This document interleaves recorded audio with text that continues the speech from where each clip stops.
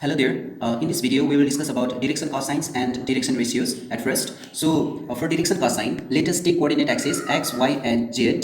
Let OP be any line which makes an angle alpha with the positive x-axis. Just be careful, positive x-axis, and it makes an angle beta with positive y-axis, and this line makes an angle gamma with positive z-axis. So here we can say these alpha, beta, and gamma are the angles made by OP with positive x, y, and z axis. All right. So these angles alpha, beta, and gamma, they are known as direction. These are known as direction angles of the line OP. Okay, so these angles alpha, beta, and gamma, which is made by the line OP with positive x, y, and z axis, are called direction angles, and cosines of these direction angles, which is cos alpha, cos beta, and cos gamma, they are called direction cosines of the line OP. So this cos alpha, cos beta, and cos gamma, they are called the direction cosines of the line OP. This OP, and these direction cosines are also denoted as L, M, and N. These are also the direction cosines of the line OP. So what we made a conclusion is that is L equals to cos alpha, M equals to cos beta, and N equals to cos gamma.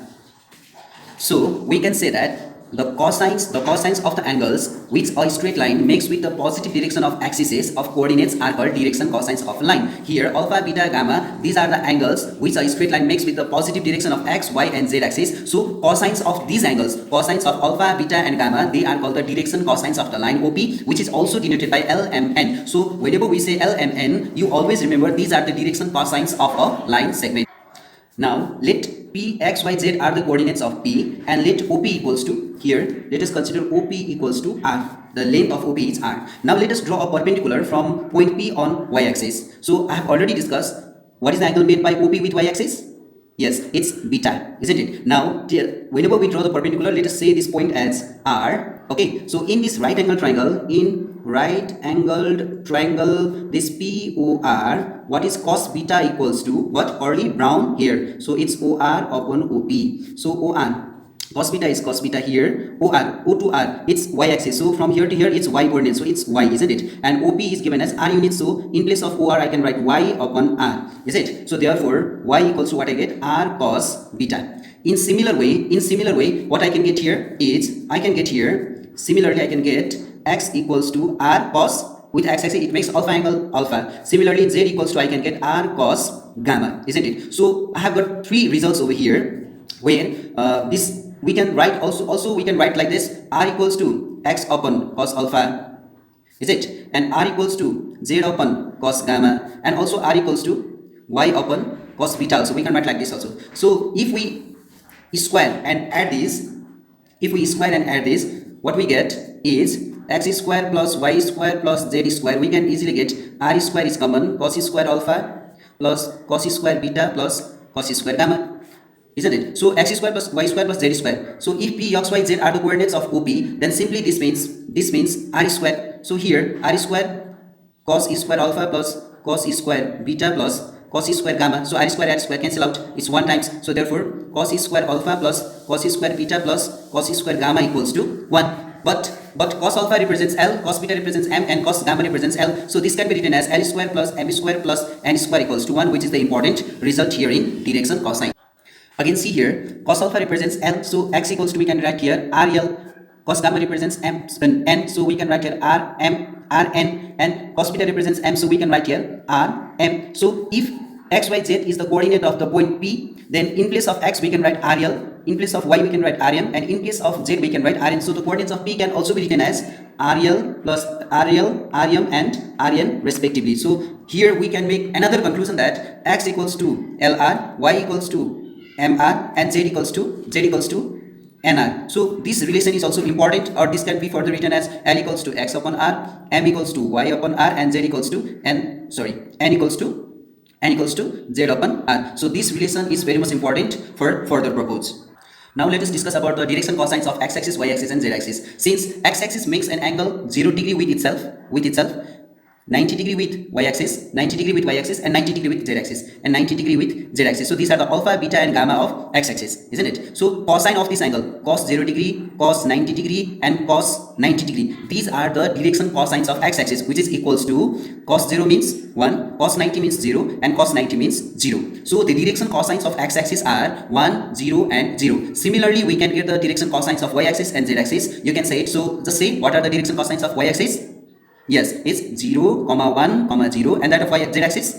Yes, it's 0, 0, and 1 respectively. So take a screenshot if needed. Now let us discuss about direction ratios. Let PQ be a line whose direction cosines are given. So DCs of this line is L, M, N, it's given. Let us suppose it's given. So if L, M, N are the direction cosines of the line PQ, then the three non-zero numbers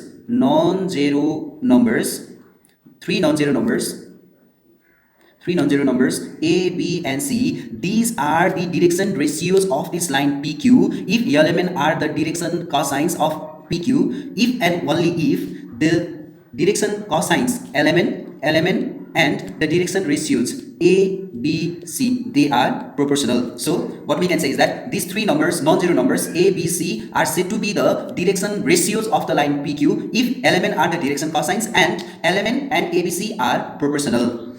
So here is the definition of direction ratios of a line. Any three non-zero numbers A, B, C are said to be the direction ratios DRs of a line with direction cosines L, M, N if A, B, C and L, M, N are proportional. That is L upon A equals to M upon B equals to N upon C equals to plus minus under root. So this one you understand this. So as before I have proved L square plus M square plus N square equals to 1, isn't it? So it's 1. Under root of 1 is 1 and it is, this is as it is. So equating these individual first and last, second and last, and third and last ratio, we get L equals to this, M equals to this, and N equals to this. So here if positive sign gives the direction ratio of line AB, the negative sign gives the direction ratio of line BA.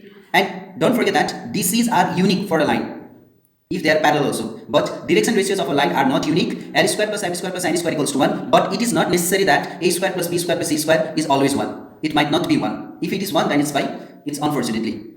So now let's discuss how to find out the direction cosines and direction ratios of a line segment when its coordinates of endpoints are given. So here PQ is a given line segment. So first of all, let us find the distance of PQ by using distance formula like this. So let us consider this as R. So direction cosines of the line PQ is represented by element. So direction cosines are always represented by element, whereas direction ratios of a line are always generated by ABC. So first of all, let us go with direction ratio. So direction ratio of this line PQ is given as ABC equals to x2 minus x1, y2 minus y1, and z2 minus z1, where A equals to x2 minus x1, B equals to y2 minus y1, and C equals to z2 minus z1. So here this relation can be written as under root A square plus B square plus C square, because ABC represents x2 minus x1, y2 minus y1, and z2 minus z1. So similarly, direction cosine of this line PQ can be calculated by, is denoted by element, and we can calculate this by x2 minus x1 upon r. That means this x2 minus x1 is the direction ratio, isn't it? And r is the length of PQ, where r is the length of PQ. So if we subtract the final coordinate with the initial coordinate and divide by the length of that line segment, then we can get the direction cosine also, isn't it? So similarly, y2 minus y1 upon r and z2 minus z1 upon r. So a upon r, b upon r, c upon r. Why? A represents x2 minus x1, b represents y2 minus y1, and c represents z2 minus z1. Also, this r can be written as under root a square plus b square plus c square. So here, in place of r, we can also write this one, m equals to this and n equals to this.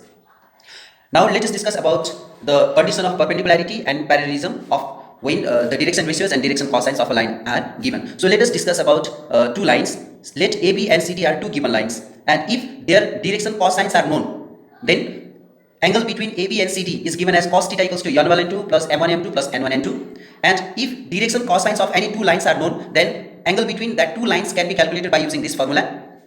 Now, condition of perpendicularity, if the direction cosines are given, then we can use this, because cos theta, cos 90 equals to 0. So simply making this terms equals to 0. And condition of parallelism, you just remember this one. And don't forget that direction cosines of any line segment which are parallel, they are unique. That's why L1 equals to L2, M1 equals to M2, and N equals to N2. There is a proof of this as well, but that's not necessary for you. Only this relation is important. And similarly, if direction cosines are given, direction ratios are given, then we can, the condition of perpendicularity is A1 A2 plus B1 B2 plus C1 C2 equals to 0, because cos 90 is 0 and this denominator becomes 0. So finally this numerator equals to 0 is the condition of perpendicularity. And whenever direction ratios of any two lines are given, then the condition of parallelism is A1 upon A2, B1 upon B2, C1 upon C2.